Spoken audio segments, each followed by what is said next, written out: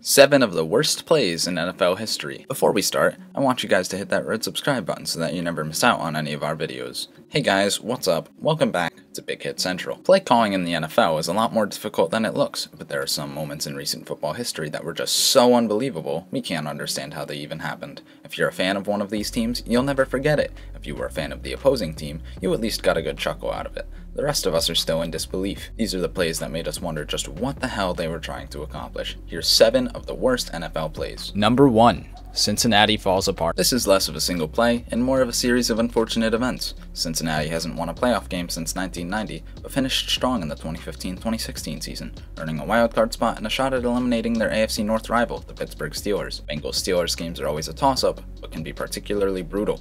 This one is a game neither will forget. With just 1 minute and 45 seconds left in the game and the ball under Bengal control, Cincinnati running back Jeremy Hill fumbles and it was recovered by the Steelers. In the time that was left, Cincinnati players racked up 30 yards in penalties, which moved the Steelers into field goal range. Cincinnati lost by 2 points. Number 2.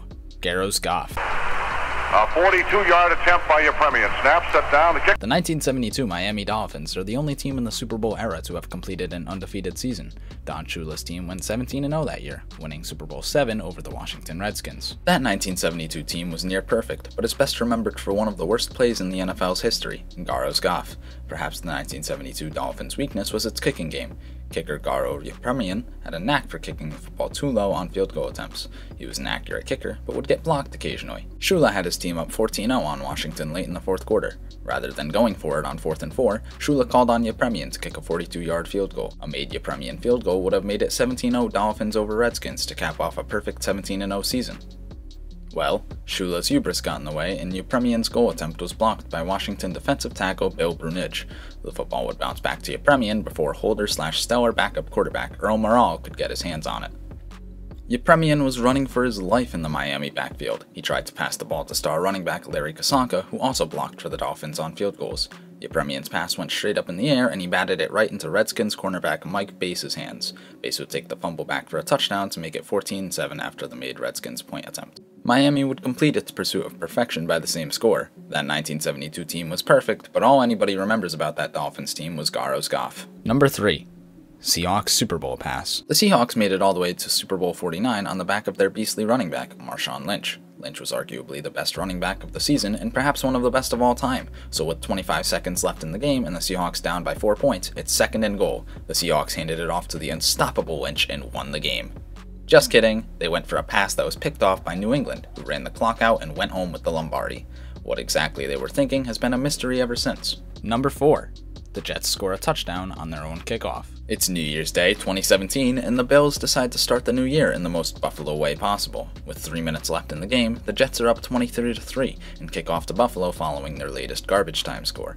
Returner Mike Gillislee opted not to field the ball, instead letting it bounce into the end zone, where it came to a complete stop, untouched by any Buffalo Bill. Jets safety Doug Middleton jumped on the ball in the end zone, giving New York another 6 points. Number 5. Red Right 88. Red Right 88 is one of the many plays associated with the tortured sports culture of Cleveland, Ohio. What stands out about this one is how stupid Cleveland Browns quarterback Brian Sipe was on this play call. Cleveland was down 14-12 at home in the 1980 AFC Divisional Round to the Oakland Raiders. It was a frigid day at Cleveland Stadium with a game-time temperature of 4 degrees Fahrenheit. The Browns had the football on the Raiders' 13-yard line with less than a minute remaining in the game. It was cold outside, but the Browns were in range for an easy field goal to win the AFC playoff match. Browns head coach Sam Rotigliano told Sipe to run a play called Red Slot Right, Halfback Stay, 88 on 1st down. Rotigliano instructed Sipe to throw it into Lake Erie if nobody was open in the end zone on that pass attempt. Sipe misread the Raiders' defense and tried to force the ball to tight end Ozzie Newsome. Raiders safety Mike Davis read Sipe's telegraphed pass and picked him off in the end zone by jumping in front of Newsome. Oakland would run out the clock to win the AFC playoff game on the road 14-12. The Raiders would go on to win Super Bowl 15 27-10 over the Philadelphia Eagles.